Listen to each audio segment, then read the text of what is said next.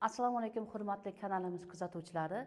Bugungi rivojlantiruvchi markazlarni tashkil qilish texnologiyasi fandan navbatdagi ma'ruza mashg'ulotimizni boshlaymiz. Bugungi mavzumiz guruh yoshi nisbatida rivojlantiruvchi muhitni tashkil etish. Birinchi rejamiz guruh yoshi nisbatida rivojlantiruvchi muhitning tashkil etilishi. Ikkinchi rejamiz maktabgacha ta'lim tashkilotlarida ta'lim jarayonini mavzuli rejalashtirish qo'llanmasi va undan foydalanish tartibi. Bugungi mavzu bo'yicha topshiriq. Mazkur anagrammadan bugungi mavzu bo'yicha ma'lumotlarni topish. Maktabgacha ta'lim tashkilotlarida rivojlantiruvchi muhit bolaning jismoniy, aqliy, axloqiy, estetik, ma'naviy va ijtimoiy rivojlanishi, o'z-o'zini rivojlantirish, uning turli xil mustaqil ijodiy faoliyatlari uchun zarur bo'lgan obyektlarni o'z ichiga oladi. Maktabgacha ta'lim tashkilotlarida rivojlantiruvchi muhit bolaning jismoniy, aqliy, axloqiy, estetik, ma'naviy va ijtimoiy rivojlanishi, o'z-o'zini rivojlantirish, uning turli xil mustaqil ijodiy faoliyatlari uchun zarur bo'lgan obyektlarni o'z ichiga oladi. Maktabgacha ta'lim tashkilotlarida rivojlantiruvchi muhitning asosiy ahamiyati uning rivojlantiruvchi xususiyatga ega ekanligidadir. Rivojlantiruvchi muhit bolalar uchun maqsadga qaratilgan bo'lishi, shuningdek bolalarning turli xil faoliyatlar bilan shug'ullanishlariga imkoniyat yaratib berish maqsadida tashkil etiladi. Hozirgi kunda maktabgacha ta'lim tashkilotlarida maktabgacha ta'lim yoshidagi bolalarni rivojlantirish va maktab ta'limiga tayyorlash jarayonida pedagogik texnologiyalardan keng foydalanish zamon talabiga aylanib ulgurgan. Guruh yoshi nisbatida rivojlantiruvchi muhitni tashkil etilishi. Maktabgacha ta'lim tashkilotlarida rivojlantiruvchi muhitni tashkil etishda bolaning yoshi, individual xususiyatlari va ehtiyojlarini, shuningdek mintaqaning ma'naviy va xususiyatlarini hisobga olish muhim ahamiyat kasb etadi. Rivojlantiruvchi muhit mazmuniga quyidagi talab qo'yiladi. Birinchidan, mazmunan boy bo'lishi kerak. Davlat o'quv dasturining mazmuniga mos kelishi, materiallar, jihozlar va xona, bino tashqarisidagi inventarlarning xilma-xilligi. Ikkinchi talab esa o'zgaruvchan bo'lishi kerak. Ta'lim va tarbiya jarayoni vaziyatiga, shuningdek bolalarning qiziqishlari va imkoniyatlarining o'zgarishiga qarab rivojlantiruvchi muhitda o'zgarishlar bo'lishi imkoniyatida nazarda tutish kerak. Polifunksional rivojlantiruvchi muhitning turli tarkibiy qismlaridan turli xil foydalanish imkoniyati bo'lishi zarur.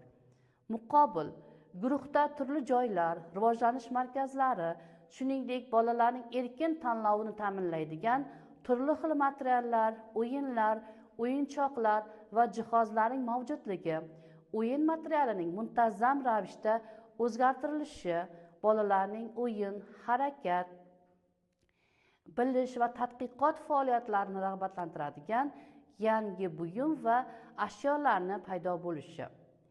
Hammabop bo'lishi zarur.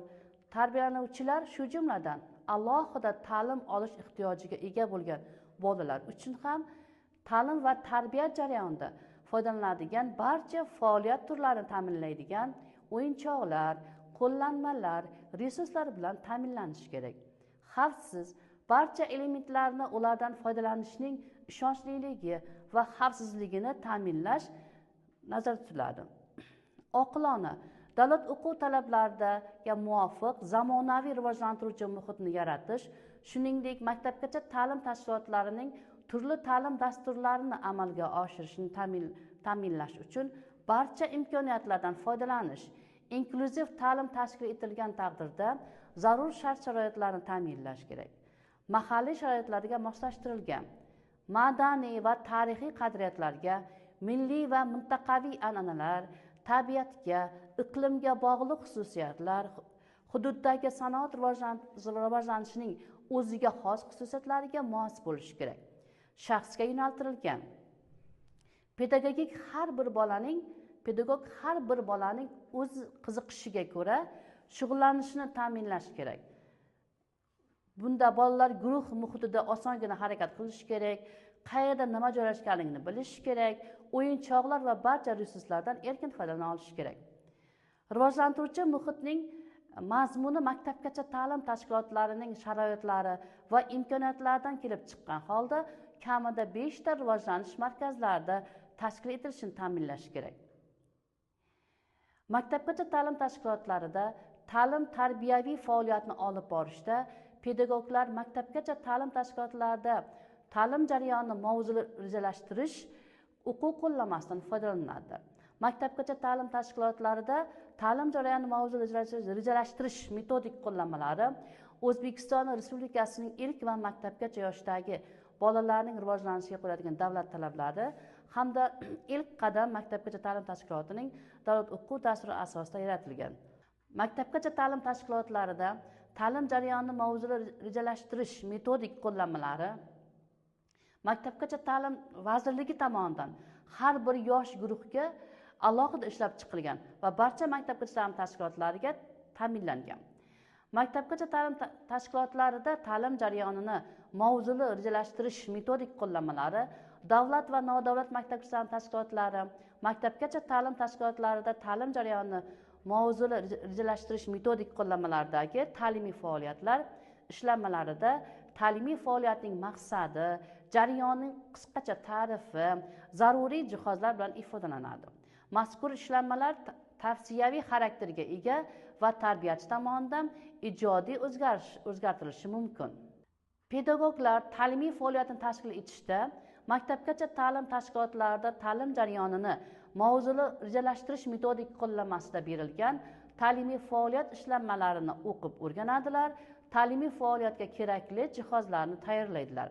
Ishlanmalarda berilgan qo'shimcha qism, e'tiborga molik jihatlar bandlariga tavsiyalarga e'tibor berib, ta'lim jarayonini o'zgartirishlari kerak. Ishlanmalarda aynan qo'shimcha qism, e'tiborga molik jihatlar bandlariga tavsiya tarbiyachining ta'limiy faoliyatini olib borishida ko'rsatmalar beriladi va ta'limiy faoliyatni samarali tashkillashtirishga ijodiy ta'sir ko'rsatadi. Mazkur qo'llanmadagi ishlanmalarni tavsiyaviy xarakterga ega ekanligi ham mana shundadir. Pedagoglar ta'limiy faoliyatni olib borayotganlarida albatta ishlanmalardagi qo'shimcha qismga hamda e'tiborga molik jihatlari bandlariga tavsiyalarga e'tibor berish kerak va ular ta'limiy faoliyatni olib borish kerak. Xulosa qilib shuni aytish mumkinki, mavzuli rejalashtirish metodik qo'llanmasidan foydalangan holda rivojlanish markazlarida ta'limiy faoliyatlarni tashkil etish, maktabgacha ta'lim tashkilotlarida, rivojlanish markazlarida faoliyatni samarali tashkil etish bo'yicha metodik tavsiyalar berib boriladi. Maktabgacha ta'lim tashkilotlarida rivojlanish markazlarini tashkil etishda davlat talablari hamda ilk qadam davlat o'quv dasturini amalga oshirishi nazarda tutgan. Bunda har bir bolaning individual xususiyatlarini inobatga olish kerak hamda eng samarali rivojlantiruvchi muhitni yaratish kerak. Bolaning individual qobiliyatlarini, qiziqishlarini, faoliyatlarini oshirishni albatta inobatga olgan holda mazkur qo'llanmalardan foydalanish zarur. E'tiboringiz uchun rahmat.